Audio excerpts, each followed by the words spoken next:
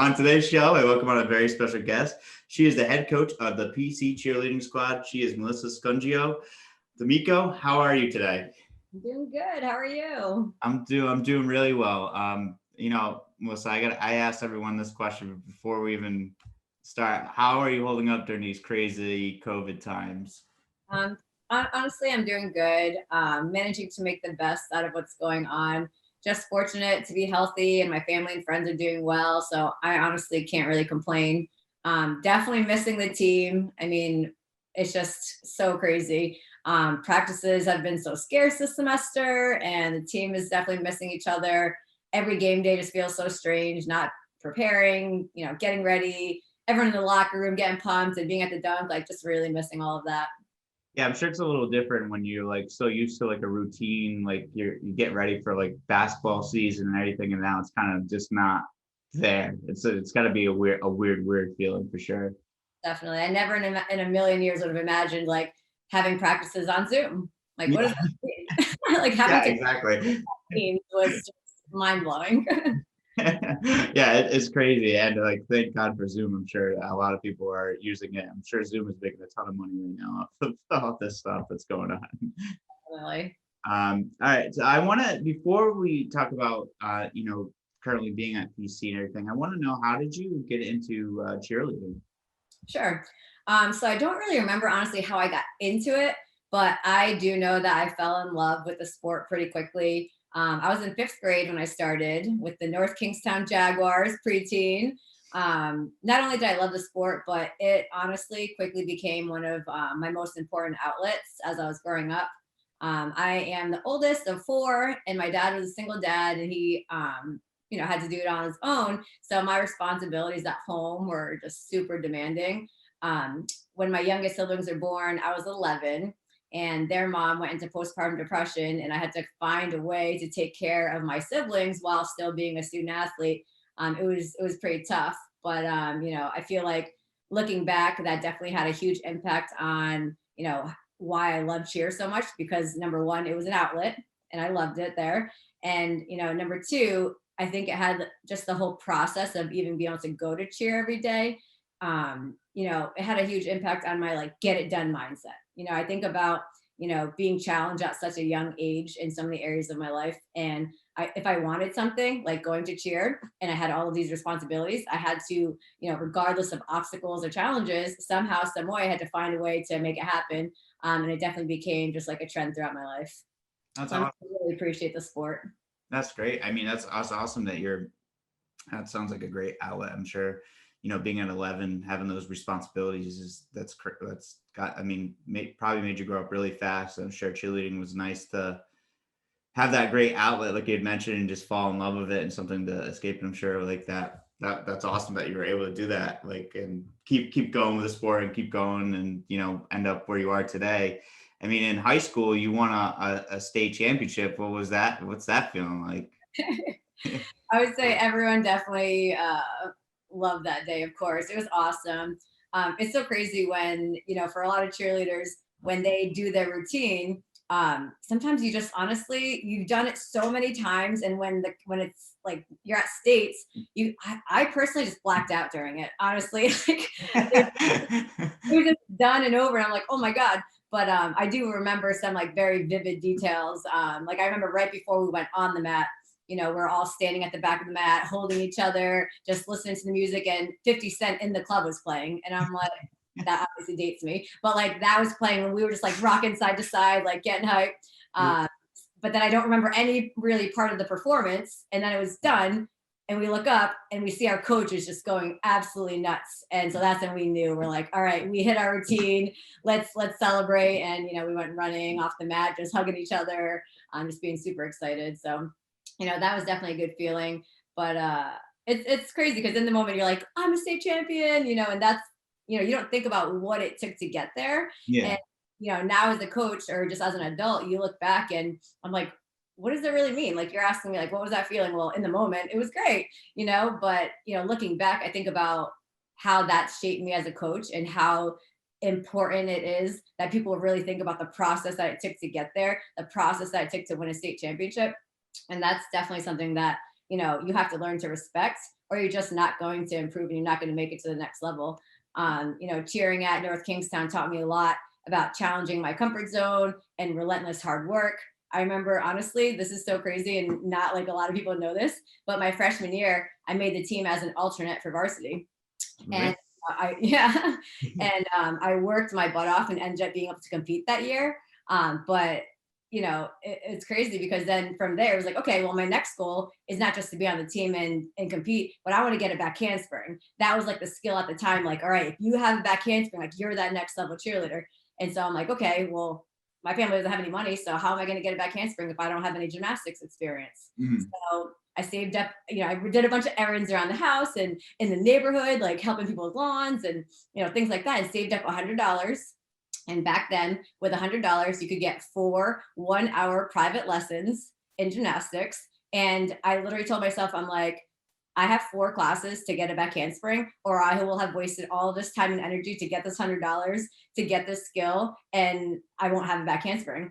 And so, long story short, class number 4, before I left, I was like, all right, I need to do it. If I don't do it, all this will be for nothing. And so I ended up getting the back handspring. And it was just one of those moments that I look back and I'm like, what? This takes people years to get, when you don't have like a foundation in gymnastics, it takes a while, and I just think about kind of like the same thing, like I said before, about like the get it done mindset and just, being a part of a highly competitive program, how that pushes your comfort zone. It makes you work really hard because you just want to be better. And, just, I think all of that led into me as a coach, but also us winning that state championship. And, it was just cool that North Kingstown's only state cheerleading championship, class of 2004, made it happen. So good job to you guys if you're listening. that's that's awesome, and that's crazy that like you like saved up all that money and like were determined to get that back handspring, and like that's at that age, at that responsibility. I think like that just shows like how dedicated you were to the sport and like how important it was to you to like reach that level and like to do a hand. Like I can't do any gymnastics now. Like with anything that I try to do at the gym, I'm like trying to do like CrossFit stuff. I'm like, oh my back. I have no like, so to be able to pull that off like and work hard to do it, that just says like what type of person you are and what the determination and how much passion you have for the sport, because you want to help out your team and make it better. Definitely. And I think it does carry into like me now with my kids that are on my team. I'm just like, make it happen. Yeah, you can do it. You can make it happen. Let's go. And I just kind of have that mindset. That's great. And now I gotta ask, did you guys get a ring or a jacket after you won the state championship? So, what's so funny is that back then we just we didn't even do that for cheerleading because it just wasn't I don't know, we just wasn't a thing. Really? Probably only in the last 10 years have cheerleaders really been getting rings and jackets. Oh no, we gotta go back and we gotta protest. Throwback 2004 ring. yeah, we gotta see. Make sure you get one. I'll talk to some people. We got people. So now, after your high school career is over with, what's the decision to get into college and cheering college and go to URI? Sure. So cheering at URI was an absolutely incredible experience. I loved being a part of the Roadie Spirit groups, between cheering at the football and basketball games, bringing energy to campus events and volunteering in the community. I really just learned a lot about how to carry myself as a professional, young, responsible adult, which wasn't a focus in high school. High school was just all about the skill and, getting better. And, and that's obviously part of college too, but it was just that next level of becoming an adult and being a professional. And, that was really cool. So, cheering at that level pretty much just taught me not only to be a better athlete, but to be a young, responsible adult. And I just really love that and have translated that into my philosophy, at Providence, and just really preparing these kids for life. Awesome. Yeah, sorry. No, that's great. That's awesome. Keep going. Sorry. Yeah, it's okay. Yeah. And then as for my decision to go to URI, I would say that this process was definitely a little different for me than most of the people that I was around in North Kingstown. At NK, most of the kids are definitely going to college. And growing up, no one in my family had gone to college, but for some reason I had just had this mindset that I was going. And when I started voicing that about my sophomore year, I was pretty much told by my dad, who I love more than anything and has been the most supportive human in my life. He told me, he's like, you need to stop thinking about college. Like, you're not going to college. We don't have money. I can't pay for you to go. So just get it out of your head. I'm really proud of you. You're great. You're killing it in school. That's great. But you need to start thinking about other opportunities in the future. And I remember just being like, huh, what, why? Yeah. And like I said, I don't know where I got the mindset that I was going, since no one in my family had gone. But I just knew I was going to make it happen. And so, long story short, my dad didn't have any money to give me for college applications. So I had found out that the talent development program at URI, which is a phenomenal program, it's pretty much a program that offers access to marginalized populations, and just like supports finding opportunities for those groups. So it's that type of program at URI, and their application was free. So I was like, okay, like this is the only way I'm going to go to college. So I'm going to apply to URI through TD and see what happens. And I got in, thank God. That's awesome. My friends had like applied to 12 different schools. I got into 8. Like, I don't know which one to go to. I got to go visit these different schools. I'm like, well, I hope I get into URI because that's the only application I can fill out. So, from there, I went and, got my dad's paperwork for the FAFSA, filled that all out on my own. And, just looking back is crazy to think about, being 18 years old and just making it happen on your own. It's crazy. It is crazy. And there's that make it happen attitude from it always seems like from the backspring to, I'm going to go to college. I'm just going to make it happen. That's awesome that you went to college. What did you study in college, if you don't mind me asking? Kinesiology. Kinesiology? Mm-hmm. Nice. That's awesome. That's great. To become a phys ed teacher, which is bigger. That's great. And now, how did you and now you're part of, excuse me. You're part of the UCA, and what has that meant to you? And then also, how did you get into coaching between those two things? Sure. So pretty much I'd say my junior year of college, I knew that I wanted to continue to be a part of the URI Cheer program in some capacity, assisting, helping out, whatever role. And so I'd say between what I learned from my high school coaches, Amanda Marzullo, Melissa Kelly, they're just phenomenal. They're still my good friends. What I learned from them, being a state championship team, my experience in college of just growing up and then, cheering at the next level. My coach, Ray Lyons, he's impacted my life, far beyond cheer, and working for UCA, which I'll talk about in a second. All three of those things definitely gave me the foundation and the inspiration to want to be a college coach. And so, like I said, junior year, I knew I wanted to somehow be a part. And by the time I was, about midway through senior year, Ray, my college coach, approached me about staying as a part of the staff. And, I was super excited. It was definitely weird coaching your friends. Yeah. But, I was able to learn some basic college coaching or just coaching skills in general in the beginning with a lot of guidance and with him being a huge part of everything.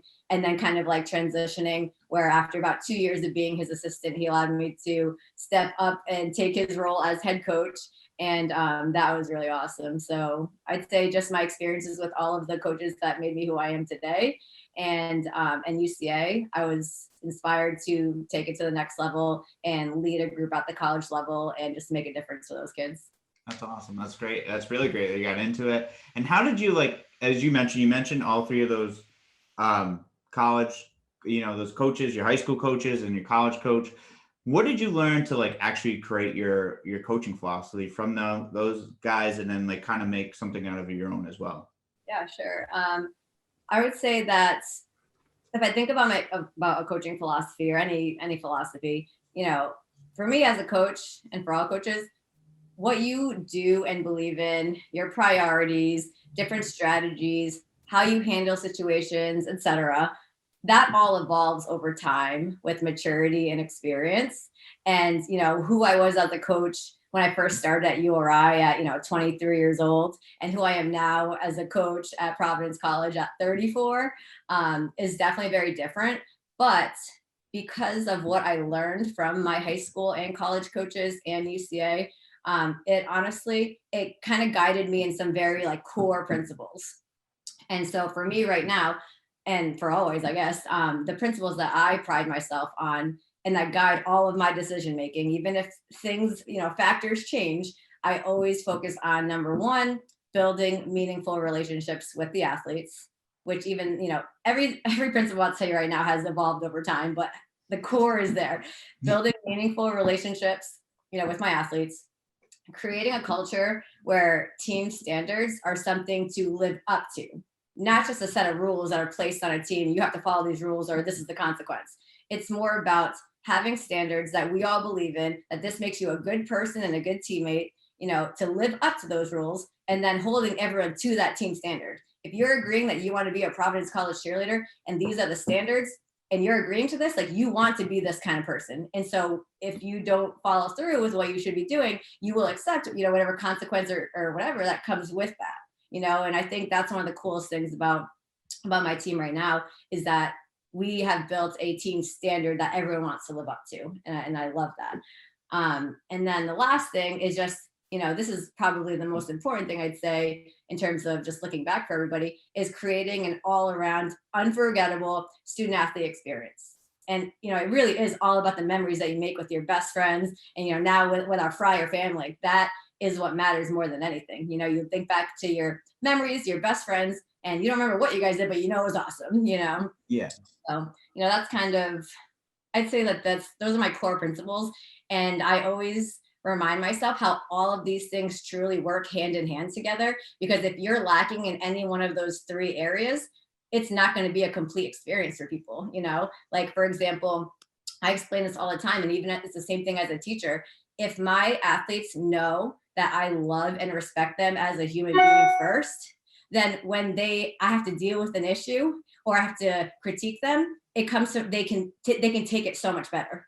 Yeah. If they're thinking that I only care about them as an athlete, or if I don't really care about them, if they have any thoughts like that, then it's really hard to take criticism or hard to be pushed or hard to deal with consequences even, And so I feel like it all does work together. And if I am creating this unbelievable experience, everyone does want to be a part of it. So they kind of take it all, all in stride. That's awesome. I love it. I think that's great that you're all three of them all connect and how they all work out. And I think that's just amazing. And I think one of the things too, the third one of like, creating an incredible experience and making it fun. I think being a college athlete is a special, like it's a special thing that like a lot of people don't get to experience, and you get to have like these moments that like a lot of people don't get to experience, and you want to make it fun. And I think I love that that's part of your philosophy and that you do that. Absolutely. Trevor and I, my husband Trevor, who, Yeah. played, Division III basketball. And we actually just talked about this the other day, that the thing about being a college athlete, or one of the things that's so special, it's not something that you can just get. You can't buy it. You can't just put yourself there. Like, you have to work to get there. And then once you get there, all of the opportunities that arise and the experiences that you have are something that only a small group of people could ever relate to, and regardless if it's D1 or D3, it's still, being a college student athlete is just another level experience that is so incredible. And you don't know it unless you know it. It's true. It's very true. Yeah. I mean, very fortunate to play. And then there was people that I always tell my athletes when I coach, I was like, if you have the chance to play, I say you go give it a shot, because you're not going to experience that again and have the opportunity. And you don't want to look back at it and say, I wish I did that. So that's great that you make it a great experience for your team. And I'm sure they really enjoy that. Definitely. I feel very fortunate to have a platform to prepare these guys for life and teach life skills, through cheer, and having something that they love. If you love a sport and you want to stick to it, and I'm able to use that platform to teach you life skills and prepare you for life, I mean, I will do everything I can. And that's just in my bones, to make sure that you have everything, have the best experience here and that you're prepared for life. That's awesome. That's great. I think that's a great mentality. And I think PC and your team is very lucky to have you as their coach. They're very lucky. But before we get into PC, I want to know, when you coached at URI, your team made their first nationals. You guys placed fifth. What did that mean to you guys for doing that for such a small school that you were around? So placing fifth our first year at nationals was honestly indescribable. The athletes that prepared and like led, I don't know, I don't even know how to explain it. Like the kids who put in the work even before that team, before we knew we would make it to nationals, knowing that they were never going to step foot on the mat at nationals. I mean, I have so much love and respect for those kids, first of all, and they know who they are. They put in the works, knowing that we need to train to get to the next level, even though we're graduating and this is going to be for next year's team. First of all, I have to shout out those kids. But placing fifth obviously was indescribable. For some people, fifth place might not sound ideal, but fifth place for mid-sized D1 school in Little Rhode Island, our first time going all girl to college nationals. I mean, it just showed the country that we were something to talk about, which was amazing. I remember some of the people, asking, what the heck is a roadie? Because we had these signs that said RHODY. Yeah, It's roadie, like what's going on here? But, yeah, it was awesome. And, initially our goal going down to nationals that year was to make it to finals, which was a big goal. That's top 10. And that in itself is a huge goal, given that it was our first time at nationals. But I have to tell you about this one moment when they announced that we were going to finals. If I could have a picture of this, you would just crack up. So they're listing the schools that are making it. They've named 9 schools. Okay, there's only one more team moving on to finals, and there's no other school that starts with university. Everything else was Morehead State, just schools that were they didn't start with the word university. So they're about to name the last school going into finals. And all they said was and my team, I mean, literally exploded to madness. And it was as if they won the national championship. They just were so excited to make it to finals. And so with that being said, you could just feel how placing fifth was. You know what I mean? It was amazing. That's awesome. That's great. Is there any video evidence of this that we could see that I think there actually is a photo, but oh my gosh, I can't even think of where it is right now. But that moment, and then just to think after that to place fifth, it was really cool. I mean, the whole experience is just such a special, first time as a coach going down there, first team from URI all girl to go down there. And I have so many great relationships with so many of all my former athletes, but there's just that crew, they know we have a really special bond. And we've continued to stay really close and, reflect on that. And it's been cool. That's awesome. That's so cool. That's great that you guys got to experience that. And that's great for the University of Rhode Island. Now, what's your decision to go to PC? Oh my gosh, this question always kills me. The rivalry. Yep. So leaving URI was something that I honestly never saw coming. I didn't have it in my mind. I just loved URI. I was roadie born, roadie bred, the whole fight song. And, I loved URI for so many reasons. And my, experience there as a student athlete was memorable. I loved the program, that my mentor, Ray, my assistants, and all the former athletes and I had built together. I bled Keeney blue, if you will. And, however, after 6 years of coaching there, I came to the realization that our program was not receiving the support and the funding that it needed to continue to progress. And it wasn't changing anytime soon. And I just needed more for the program. And, with 3 successful national appearances, our commitment to top-notch game day experience at the Ryan Center, all the community campus events that we supported, I felt like the team needed more. I wanted to do more, and I didn't feel like I was going to be able to do that at Providence College, so that was really tough. So at the completion of my 6th season, Providence did approach me with an opportunity. And of course, my initial thought was, heck no, I cannot leave URI for the enemy. I will not even consider this thought. No, that's the enemy. That's the other school. Every negative, that you can imagine. And, everybody here knows, the in-state rival basketball game, URI PC basketball game. one of the biggest in-state rivalry Huge. games. Yeah. And I had been on the blue side for 11 years. So, I mean, I literally was like, absolutely no way. Like, who are these people even, how could they even address me? Like, that was my initial thought.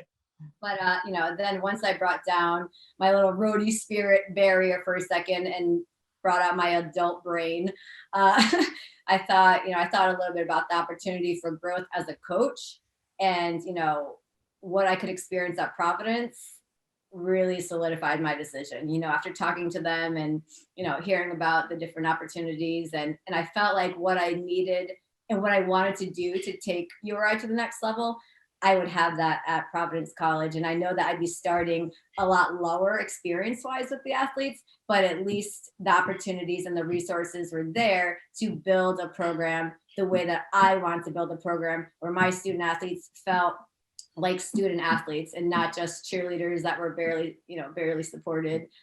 So that was just, knowing that was huge.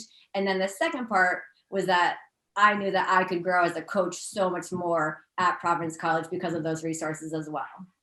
Some of the things that Providence, offered that, URI didn't, were a strength and conditioning coach. I'm a kinesiology major. Of course, I worked out my kids and they had great workouts and they were in incredible shape. But Yeah. I would do that on top of coaching the cheerleading part. Yeah.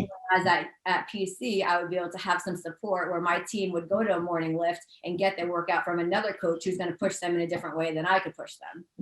And that was one of like my number one, one of my number one things. And then number two, we would have our own trainer and who would, pre-practice wrapping, post-practice treatment, things that, I just think that URI was so big. I don't think that they could, handle having like another team. Whereas PC is a little bit smaller. So they're able to take care of all of their individual teams. And, just thinking about what my athletes could benefit from in those areas, I was so excited for them. And I was excited for myself to be able to build a program that had those things, to recruit and sell the program and get people in. That's awesome. That's great. I mean, it's unfortunate with URI that they weren't able to provide those things, but at least, at PC you have that. And that's great that you have all those things that you need to, and then you can expand yourself on a better coach. You're also in the Big East, which is huge. Like you get to go to Madison Square Garden for the tournaments and stuff like that. So like that. That stage has been so cool. The A10 is a great conference, but obviously the Big East is the Big East, and it has been an incredible experience, just being at that next level stage and being at MSG, traveling on charter flights to the NCAA tournament, things like that have just been absolutely incredible. So pretty much I willingly became the Benedict Arnold of Rhode Island cheerleading. I was gonna ask, what was it like to put on that, the black and silver and white instead switching over from the bikini blue the first time? It was very weird, but I will say, like I said, born and bred, roadie, Kini blue, and and all that. I've always been a Nike fan at heart, so that also was huge. I was like, we're going black and white. Let's go. That's awesome. I was gonna say you have the Nike. I'm a little jealous. That's great. You get to here to come up with outfits that match, because that Kini blue, which I still adore and I always will, that's a tough color. That's a tough color. It is a tough color. And now, what's your squad like now at PC? I know you kind of touched upon it before, but like, what's your squad like now that you have at PC, and how they doing also during these times? Sure. Taking the job at PC, as you know, is one of the best decisions of my life. And with that being said, my first year there was rough. It was just straight up rough. I knew that going in, that skill wise things would be a little bit lower. But I found it was a little bit more than that.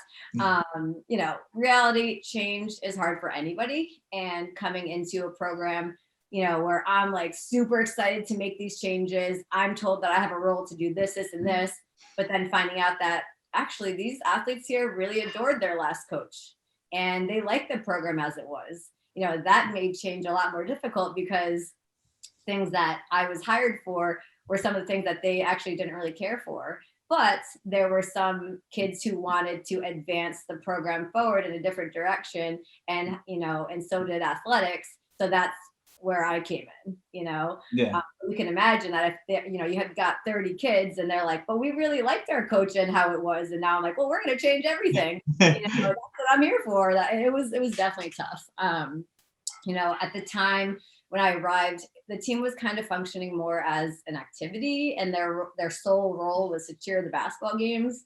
And upon my hire, my role was to go deeper than that. They wanted me to improve their presence within school and athletics, like just their presence. It should be positive, it should be energetic, it should be supportive, and they didn't really have that reputation. So I needed to kind of fix that part of them. And then also just to build a more complete spirit program to improve the game day experience at the dunk.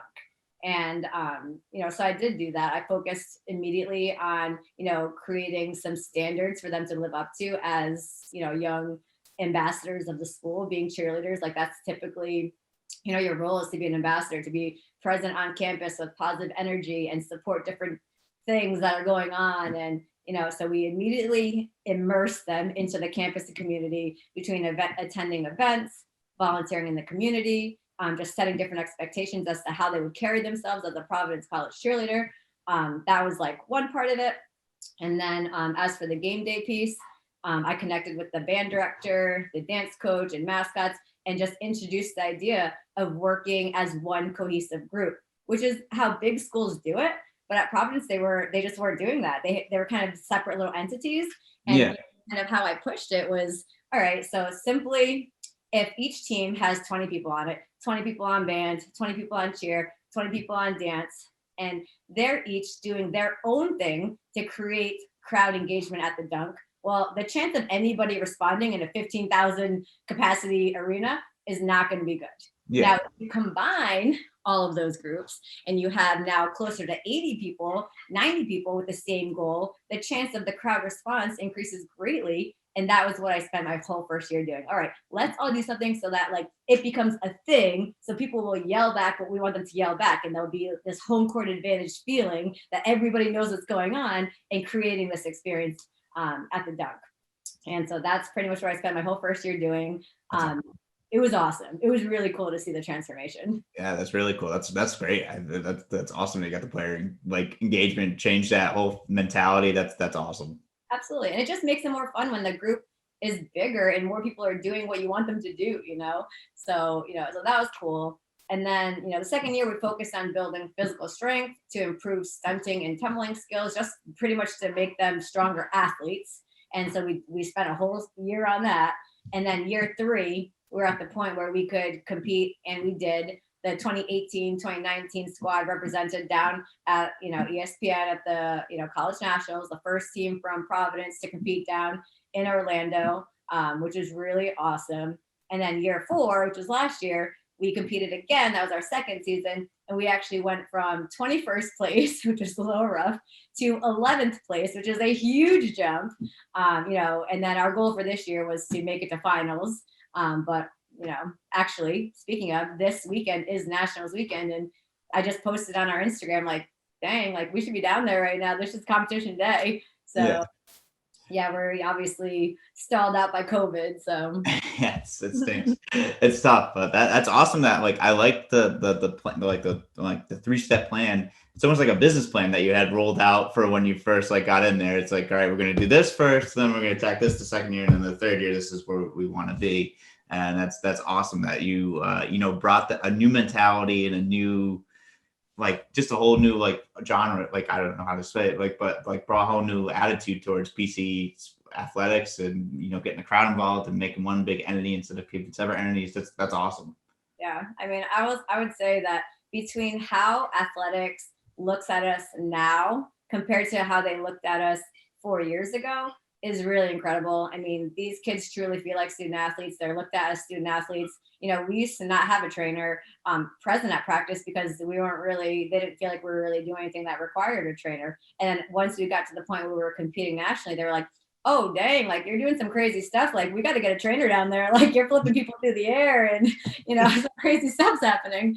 So, that's been really cool. And also the transformation of the dunk for me, like the full game day experience and how much the cheerleaders, dance, and band and mascot, are all involved. I just feel like it's just that next level. It's just a little bit closer to like that big school experience. Um, so that's been really cool. And I have to say, I mean, there's no way that this could have happened without my coaching staff, my GAs, athletic department. Everyone has been just so incredibly supportive. And before even getting there, I kind of talked to a few people that had worked at PC, and they kept saying things like, "Oh my God, it's a great place to work. There's nothing but pride in Friartown," and I 100% can attest that. There's so much pride in Friartown. It's an incredible environment, special place to work. There's passion, there's empathy, there's support, and like there's just truly a family vibe. And I really love that, and that's really helped to make our program what it is today. And just 4 or 5 years of being there, there's been such huge changes, and it's because of the support, and it's been amazing. That's great. That's awesome. I'm glad that you're able to do that, and you've been a part of that and making big things happen at PC. And the dunk, I'm sure, is always rocking with they have a good squad, and with you guys helping out, it makes it a louder energy, a good environment as well too. So you run clinics, and what's it like to be a part of the community, like, and help and make impact on other kids' lives? And you touched upon that before. So what's it like to run those clinics? Yeah, running clinics is great. I've been doing that since I was in college. And at this point, it's just come full circle in the sense that I will run clinics, my athletes will teach at those clinics, then they will graduate through the program, become a coach, and bring their kids back to the clinics again. And that really makes me feel like we're doing something good. Obviously, we have clinics to market our program, but ultimately, it is to get kids to Providence or wherever I was coaching at the time, to get that experience of learning from someone that you look up to. And I remind my athletes all the time, these kids are paying money to come here because they look up to you and they want to learn from you. So let's give them the best experience of their lives. And to see them step up into that role and create that experience for them is so cool. And that's something that develops their leadership skills and that they will take with them for the rest of their lives. Just knowing that they stepped into this role of a leadership position where kids look up to you, you go over, you help them, you change their life, and then move on to the next. And it's really cool to see them grow that way.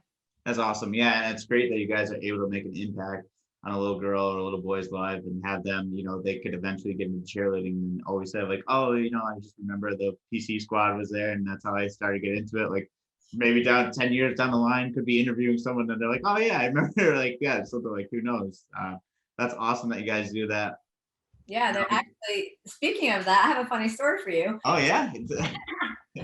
I would be remiss if I didn't share this story. So I told you that freshman year of high school that I was an alternate going onto varsity. Yeah. So I found out that in that moment also that if you don't go to summer camp, that you will not be eligible to compete on varsity. So I was like, whoa, like I know I'm an alternate, but like I'm going to work myself to compete to be able to get on. So I got to go to camp. Oh, it's $322. And I was just like, what? Like I can't ask my dad for that money. Like what? Yeah. Like fundraise or anything? And it was like, no, it's coming up pretty soon. And I'm like, oh my gosh, what am I gonna do?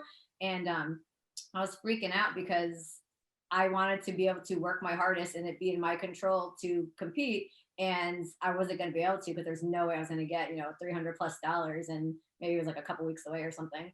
And so somehow, some way, some cheerleading camp fairy saved my life and ended up paying for me to go to camp. And I still to this day don't know for sure who did it.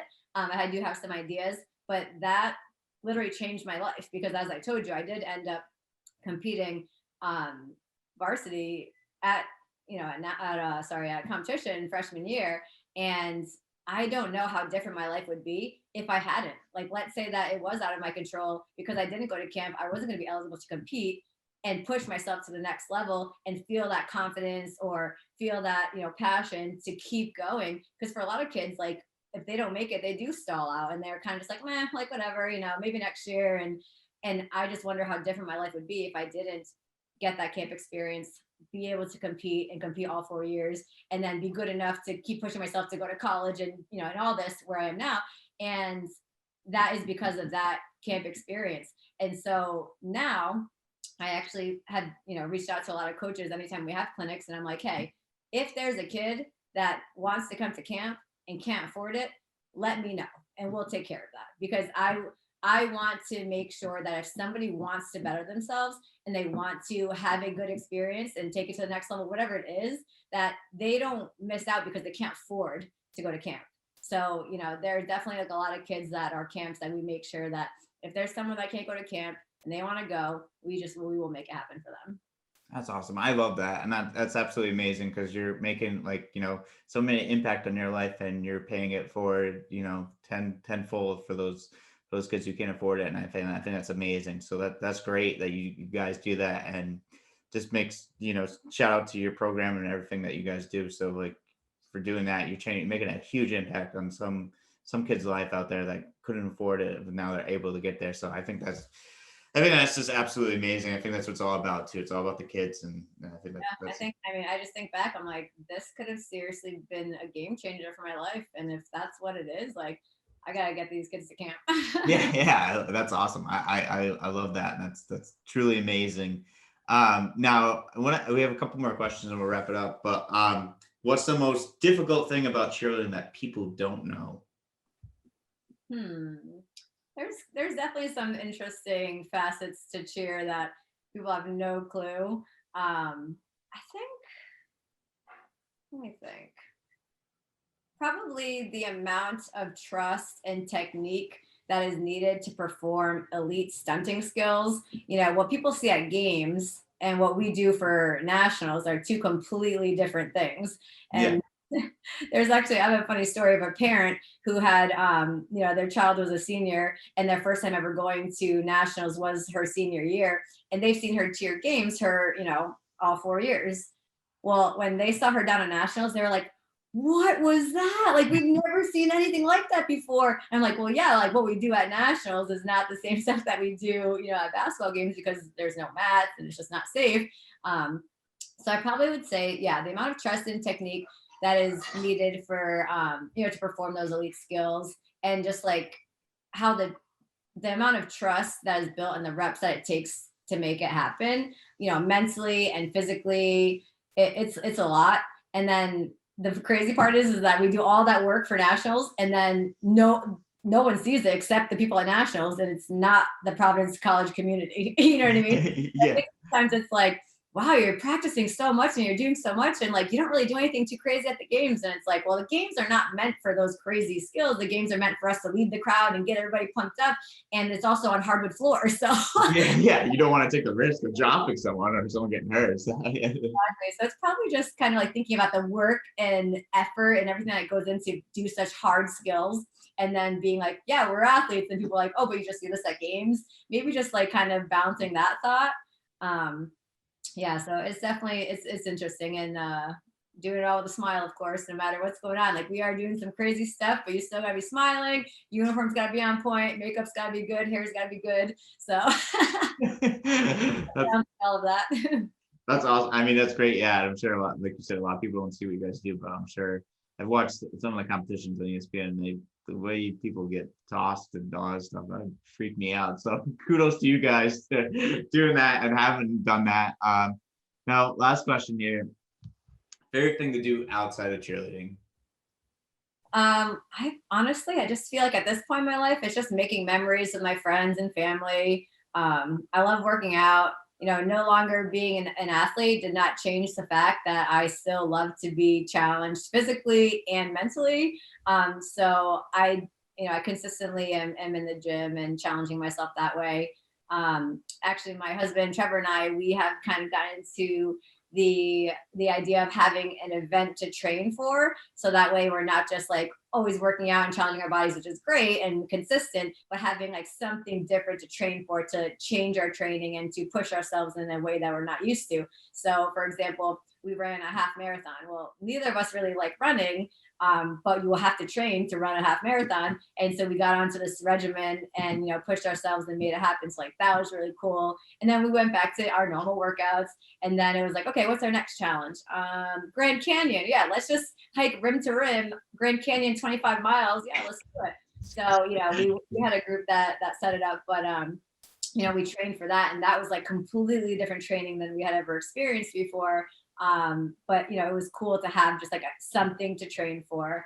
And of course we're competitive, so we're like, what's the average? We're like Googling, what's the average time to hike the Grand Canyon? They're like, don't do it in a day unless you're really physically fit. We're like, okay, well we can do that. And like, but if you do train for it, it'll probably be, say like 15 plus hours or 12. I think it was like 12 to 15 hours. And so we're like, well, we got to beat that time. And so I'm not going to brag about our time, but we definitely were under the average time frame. That's great. That's awesome. But it's Really fun. good for you Yeah, guys. it makes the training fun. That's awesome. Yeah, that's great that you guys are able to do that and keep that competitive spirit up. And it's also healthy too that you guys are able to do it healthy and keep it that way. But that's awesome. That's great.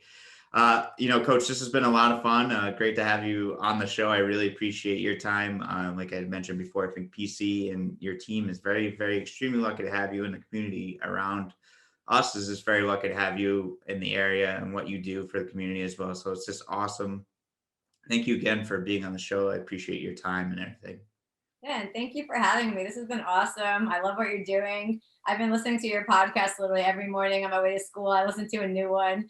So that's been really fun, and keep it up. It's really great to hear what's going on in Rhode Island at high school, college level, coaches, athletes. Rhode Island's so small, and everybody knows somebody that knows somebody, and you're like, wait, I know that person. And you just kind of want to know what's going on in the state. So I love listening to the different podcasts. Thank you very much. I appreciate the kind words. Yeah. Slowly getting there. We're growing it fast and faster, and it's getting to where we want it to be. I want everyone to, try to get on here and get a platform, and, Rhode Island deserves it. Yeah, I love it. Well, thanks, Coach. I appreciate it.